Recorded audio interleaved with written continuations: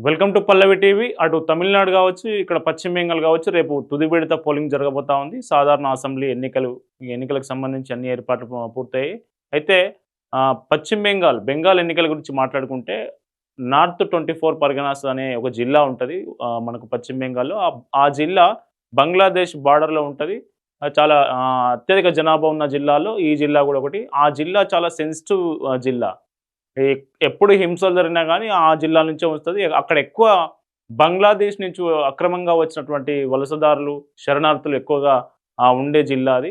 ఆ జిల్లాలో మొన్న ఎస్ఐఆర్‌లో భాగంగా ఎలక్షన్ కమిషన్ నిర్వహించిన ఎస్ఐఆర్‌లో భాగంగా ఆ జిల్లాలో ఎక్కువ మొత్తంలో ఓట్లు, నకిలీ ఓట్లు, ఫేక్ ఓట్లు అన్నీ తొలగించడం జరిగింది. దానికి సంబంధించే ఆహ్, పెద్ద ఎత్తున వివాదం కూడా నడిచింది. సో, అక్కడ శాంతి భద్రతలను కట్టడి చేసుడు అనేది పెద్ద సవాల్. పోలీసులకు పెద్ద సవాలు. ఎలక్షన్‌లను శాంతియుతంగా నిర్వహించడం అనేది పెద్ద సవాలు. అటు ఎలక్షన్ కమిషన్ కావచ్చు, రాష్ట్ర ప్రభుత్వానికి కావచ్చు. సో, ఎప్పుడైతే ఈ శాంతి భద్రతలు అక్కడ బాగుండట్లేదు.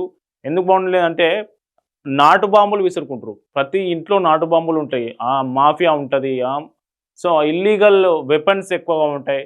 సో, ఈ హింసను ఎన్నికల సందర్భంగా హింసను పెద్ద ఎత్తున చెలరేగడం, ఈ మమతా బెనర్జీ తృణమూల్ కాంగ్రెస్ సంబంధించి కావచ్చు, ఈ ముస్లిం వర్గానికి సంబంధించి కావచ్చు, వీళ్ళంతా పెద్ద ఎత్తున అక్కడ హింస సృష్టించే ప్రయత్నం చేస్తా ఉంటారు ప్రతిసారి.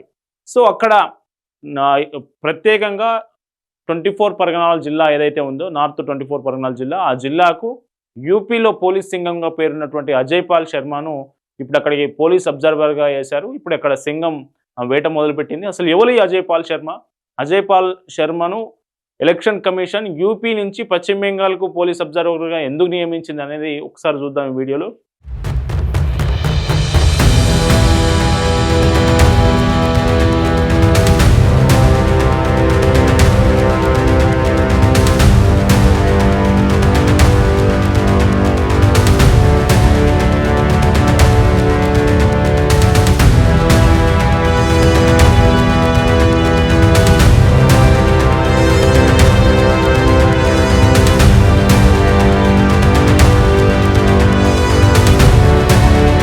ఇతనే అజయ్ పాల్ శర్మ. అజయ్ పాల్ శర్మ యూపీకి సంబంధించినటువంటి ఐపీఎస్ ఆఫీసర్. యూపీలో చాలా జిల్లాల్లో పనిచేశారు. నోయిడా కావచ్చు, షామ్లీ కావచ్చు, అట్లాగే ప్రయాగ్‌రాజ్ కావచ్చు. సో, చాలా జిల్లాల్లో పనిచేశారు. 2019లో జరిగినటువంటి ఒక ఇన్సిడెంట్‌లో ఆ ఇన్సిడెంట్ తర్వాత ఈయనకు దేశవ్యాప్తంగా పేరు గుర్తింపు వచ్చింది. మంచి గుర్తింపు. ఆ ఇన్సిడెంట్ ఏంటంటే 2019లో నాజిల్ 6 ఏళ్ల బాలిక మీద అత్యాచారం చేసి, నాజిల్ అనే వ్యక్తి 6 ఏళ్ల బాలిక మీద అత్యాచారం చేసి, హత్య చేసి చంపుతాడు. సో, వాడిని చేజ్ చేసి వాని కాలికి బుల్లెట్ కాల్చి వాడిని పట్టుకోవడం జరుగుతది. సో, ఆ కేసును ట్రేస్ చేసినటువంటి వ్యక్తిగా ఈ ఐపీఎస్ ఆఫీసర్ అజయ్ పాల్ శర్మకు ప్రత్యేక గుర్తింపు వచ్చింది. తర్వాత నోయిడాలో అక్రమ రవాణా కావచ్చు, అట్లాగే మాఫియా కావచ్చు, గ్యాంగ్‌స్టర్లు మాఫియా మీద ఉక్కుపాదం మోపితే వాళ్ళు ఎన్‌కౌంటర్ చేస్తా అని బెదిరిస్తే వాళ్ళంతా లొంగిపోయి జైల్లోకి వెళ్ళిన పరిస్థితి.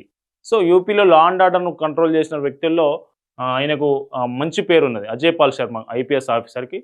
సో, దాంతో పాటు ముఖ్యంగా దక్షిణ యూపీలో హైవే రాబరీస్ ఎక్కువగా ఉంటాయి. గ్యాంగులుగా హైవేలో నిలబడటం, దారుణంపై వచ్చే వాళ్ళను కార్లు ఆపి వాళ్ళ మీద రాబరీకి పాల్పడడం. సో, ఇట్లాంటి ముఠాలు ఎక్కువుంటాయి. ఈయన పోయిన తర్వాత ఆ ముఠాలు మొత్తం చేజ్ చేశారు. అట్లాగే వాహనాల థెఫ్టింగ్ గానీ, అట్లాగే ఆయుధాల స్మగ్లింగ్ గానీ, సో, అక్రమ రవాణా కావచ్చు, లా అండ్ ఆర్డర్ మాఫియాను, గ్యాంగ్‌స్టర్‌లను కంట్రోల్ చేయడం కావచ్చు. సో, ఇట్లాంటి అన్నిట్లలో ఈయన మంచి పేరుంది. స్ట్రిక్ట్ పోలీస్ ఆఫీసర్‌గా ఈయనకు పేరుంది. సో, కొన్నిసార్లు రాజకీయ విమర్శలు రావచ్చు. కొన్నిసార్లు ఒక వర్గానికి ఈయనకు పనిచేస్తున్నారనే విమర్శలు రావచ్చు. కానీ ఎన్ని విమర్శలు వచ్చినా గానీ యంగ్ అండ్ డైనమిక్ ఆఫీసర్. ఎక్కడ వెనక్కి చూసే పరిస్థితి లేకుండా ఆయన ట్రాక్ రికార్డ్ కొనసాగుతుంది. సో, ఈ 24 నార్త్ 24 పరగనాస్ జిల్లా ఏదైతే ఉందో, పశ్చిమ బెంగాల్‌లో సమస్యాత్మకమైన సెన్సిటివ్ ఏరియా ఏదైతే ఉందో, ఆ సెన్సిటివ్ ఏరియా ఇన్‌చార్జ్‌గా పోలీస్ అబ్జర్వర్‌గా ఈయనను పెట్టడం జరిగింది. ఈయన వచ్చి రాగానే రంగంలోకి దిగారు. అక్కడ ఉన్నటువంటి మాఫియా గ్యాంగ్ లీడర్లు ఎవరైతే హింస సృష్టిస్తారో, ఎవరైతే కావాలని ఎన్నికల్లో నానా రభస చేస్తారనే పేరుందో వాళ్ళ లిస్ట్ అంతా రెడీ చేసుకొని నేరుగా వాళ్ళ ఇళ్లలోకి వెళ్తా ఉన్నాడు. నేరుగా వాళ్ళ ఇళ్లలోకి పోయి స్ట్రిక్ట్ వార్నింగ్ ఇస్తా ఉన్నాడు. ఖచ్చితంగా ఈ election free and fair election జరుగుతా ఉంది. ఇందులో ఏ ఒక్కడు బయటకొచ్చినా బాగుండదు అంటూ ఆయన వార్నింగ్ ఇస్తున్న వీడియోలు ఇప్పుడు సోషల్ మీడియాలో వైరల్ అవుతున్నాయి చూడండి.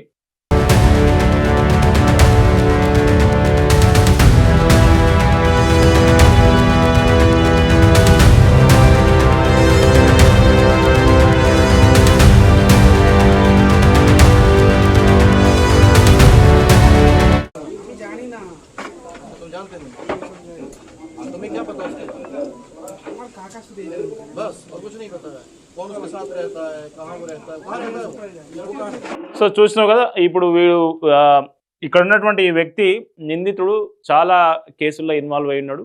సో హింసను క్రియేట్ చేయడంలో, హింసను సృష్టించడంలో వీడి హస్తం ఎప్పుడు ఉంటదనేది విషయం తెలుసుకున్న అజయపాల్ శర్మ నేరుగా మన ఇంటికే పోయి బిడ్డ జాగ్రత్తగా ఉండు, లేకుంటే బాగుండదని చెప్పి వార్నింగ్ ఇచ్చే ప్రయత్నం చేస్తా ఉన్నాడు. సో ఇది కాకుండా आसपास के जितने भी लोग हैं अच्छी तरह से समझ लें कि अगर किसी ने बदमाशी करी तो उनका कायदे से इलाज किया जाएगा। फिर अगर कहीं से खबर आ गई कि किसी ने कोई खुराफात करने की, किसी को परेशान करने की कोशिश की है, तो फिर उसकी खबर फिर अच्छे से लेंगे हम। ये जहांगीर के घर वाले भी खड़े हैं। చూస్తారు కదా ఎట్లా వార్నింగ్ ఇస్తా ఉన్నాడు. ఇది ఆయనకు సంబంధించినటువంటి హిస్టరీ. సో మొత్తానికైతే ఈసారి పశ్చిమ బెంగాల్ ఎన్నికల మీద బీజేపీ ఫోకస్ పెట్టింది బాగా. సో ఇందులో భాగంగానే ఎలక్షన్ కమిషన్ కూడా చాలా స్ట్రిక్ట్గా ఫ్రీ అండ్ ఫెయిర్ ఎలక్షన్ నిర్వహించేందుకు ప్రయత్నం చేస్తూ ఉంది. ఇప్పటికే నాటు బాంబులు ఎవరైతే ఇళ్లలో పెట్టినారో వాళ్ళందరి దగ్గర పోలీసులు వాళ్ళ ఇళ్లలోకి వెళ్ళి తనిఖీలు చేసి వాటిని స్వాధీనం చేసుకునే పరిస్థితి. సో పశ్చిమ బెంగాల్లో ఇంకొక ఇన్సిడెంట్ కూడా వెలుగులోకి వచ్చింది. అదేంటో చూద్దాం.